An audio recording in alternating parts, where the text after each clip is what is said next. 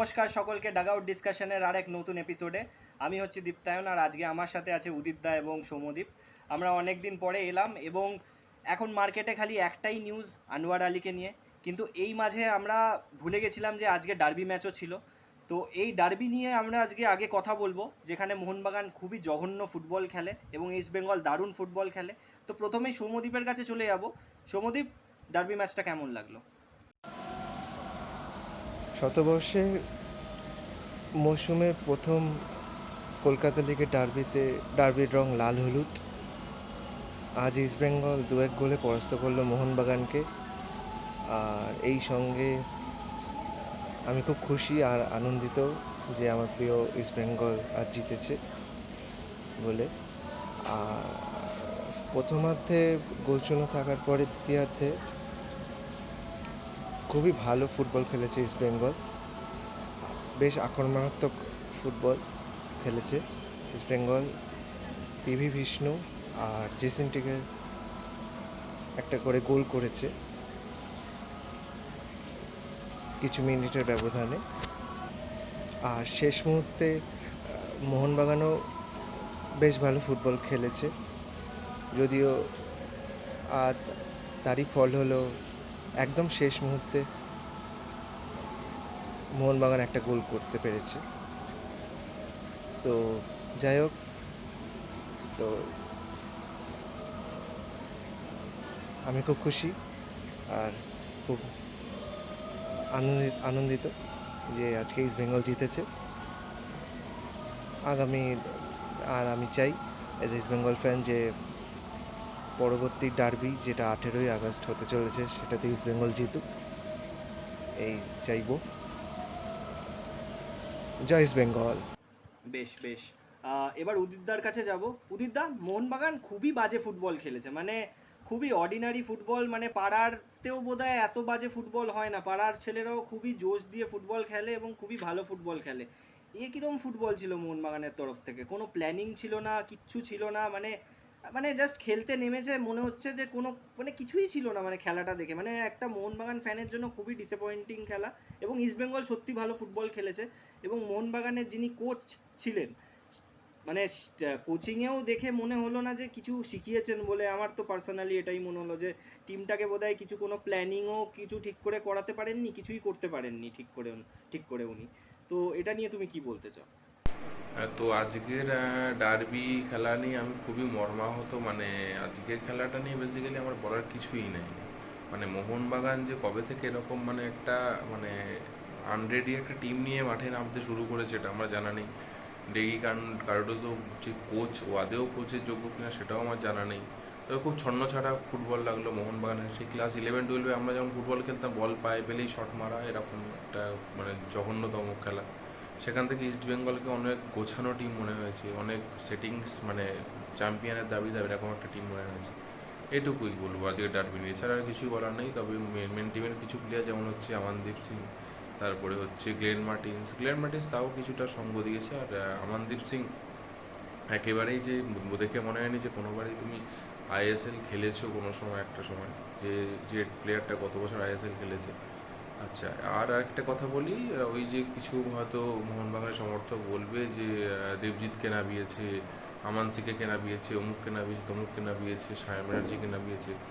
দেখো, তুমি যদি তোমার তৈরি টিম নিয়ে নামতে না, কোনো অজুহাতি কিছু মানে এসব প্লেয়ারদের কাছে কিছু মনে হতো না। অলিভার কানও গোল খেয়েছে, ইকের ক্যাসিয়াসও গোল খেয়েছে, আবার এমনি পাড়ার পল্টু যে গোলকিপার দ্বারা, সেও গোল সেভ করে দিয়েছে, জেনুইন গোল। ঠিক আছে, সুতরাং এসব অজুহাত দিয়ে লাভ নেই। আমাদের মোহনবাগান টিম তৈরি হয়নি জুনিয়র টিম।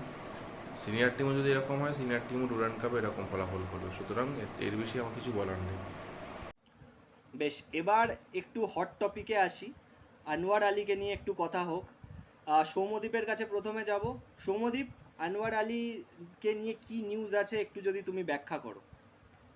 দলবদলের বাজারে আনোয়ার আলীকে নিয়ে যেন জট খুলতেই চাইছে না, যার ফলে ইস্টবেঙ্গল আর মোহনবাগান, এই দুই দলের মধ্যে বেশ দ্বন্দ্ব শুরু হয়েছে।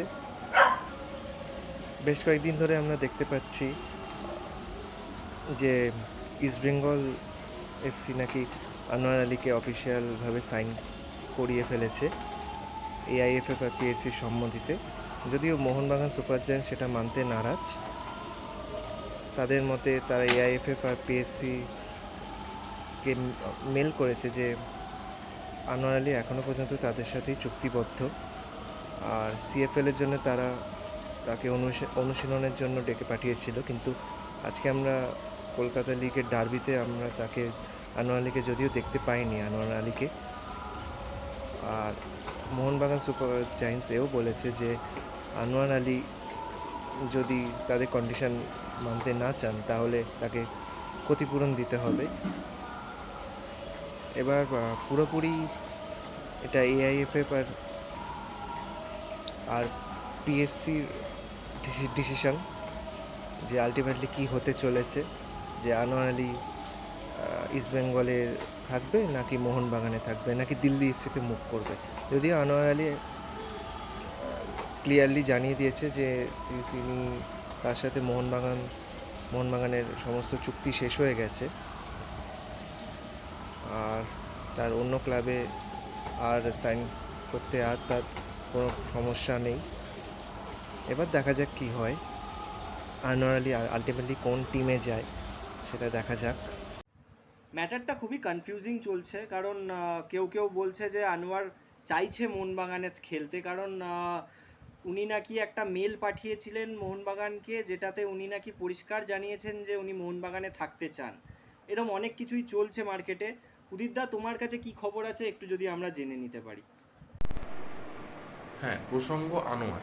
এইবার আনোয়ার প্রসঙ্গে আমি কয়েকটা কথা আমি ক্লিয়ার করে দিই। আনোয়ারের সাথে মোহনবাগানের মানে আনোয়ারের সাথে না, দিল্লি এফসির সাথে থেকে মোহনবাগান 4 বছরের চুক্তিতে আনোয়ারকে নিজেদের টিমে নিয়ে এসেছিল। 4 বছরের চুক্তি কি 2023 থেকে 2024, 2024 থেকে 2025, 2025 থেকে 2026, 2026 থেকে 2027, এই 4টে বছর। এবার এই 4টে বছরের মধ্যে কি হয়েছে, ফিফা হঠাৎ করে চালু করেছে নিয়ম যে 1 বছরের বেশি লোন মানে 1 বছরের বেশি লোনে প্লেয়ার রাখা যাবে না। তো সেটা কোনো কোনো দেশে চালু হয়েছে, কোনো কোনো দেশে আবার চালু হয়নি। তো AIFF all Indian football federation এখনও সেটা চালু করেনি ইন্ডিয়াতে, যার কারণে এই নিয়মটা মানে এই যে 1 বছরের লোনের নিয়মটা এটা এখনও মানা হবে না ইন্ডিয়াতে।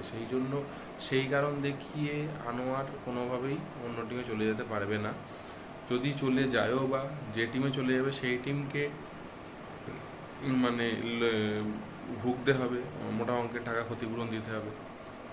আর একটা বড় কথা, এই যে আনোয়ারকে বলছে যে ইস্ট বেঙ্গল সাইন করেছে এসব কিচ্ছুই হয়নি, কোনো কিছুই হয়নি।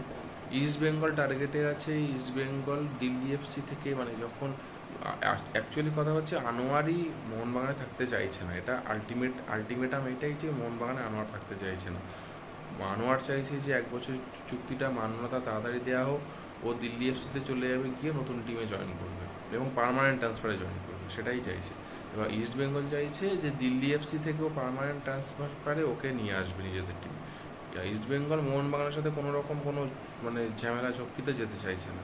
আর মোহনবাগান ইতিমধ্যে বলে দিয়েছে যে 19শে জুলাই থেকে আনোয়ারকে প্র্যাকটিসে আসতে, যেহেতু আনোয়ার এখনও মানে লোনের প্লেয়ার, তো যদি না আসে তখন আনোয়ারকে মোটা অঙ্কের টাকা এখন বিয়ার করতে হবে ক্ষতিপূরণ, সেটা আনোয়ারের ব্যাপার। তবে মোহনবাগান ম্যানেজমেন্ট ওকে মেল করে দিয়েছে 19 তারিখ থেকে, যেহেতু সিনিয়র প্র্যাকটিস শুরু স্টুডেন্টের জন্য, সেই জন্য আপাতত এইটুকুই বলার। আর একটা ট্রান্সফার আপডেট হচ্ছে, হুগো বুমু উড়িষ্যা এফসিতে অফিসিয়ালি সাইন করে নিয়েছেন এবং সার্জিও লেবেরা খুবই খুশি হুগো বুমুর সাথে রিউনাইট করে, এবং এটাও বলেন যে হুগো বুমু আইএসএল এর বেস্ট প্লেয়ার ওই পজিশনের জন্য যেই পজিশনে হুগো বুমু খেলেন। তো হুগো বুমুকে অল দ্য বেস্ট, উনি যাতে আবার ওই চেনা ছন্দে যাতে খেলা দেখাতে পারেন আমাদেরকে। ডাগ আউট ডিসকাশনের তরফ থেকে হুগো বুমুকে অল দ্য বেস্ট। ধন্যবাদ তোমাদের দুজনকেই, আজকের শোতে বেশ মজা হলো এবং আমরা এরকমই ডাগ আউট ডিসকাশনের আরও নতুন নতুন এপিসোড আনবো। আপনারা আমাদেরকে সাপোর্ট করুন, লাইক করুন, শেয়ার করুন আর সাবস্ক্রাইব করুন। আমি দেখছি যে অনেকে আপনারা ভিডিওগুলো দেখছেন কিন্তু লাইক করছেন না এবং শেয়ার করছেন না এবং সাবস্ক্রাইবও করছেন না। একটু যদি আপনারা সাপোর্ট করেন তাহলে আমাদেরই একটু মোটিভেশন বাড়বে আর আমরাও আরও ভালো ভিডিওস বানাতে পারবো। এটাই আমার রিকোয়েস্ট, আর এরকমই আমাদেরকে সাপোর্ট করতে থাকুন। Thank you.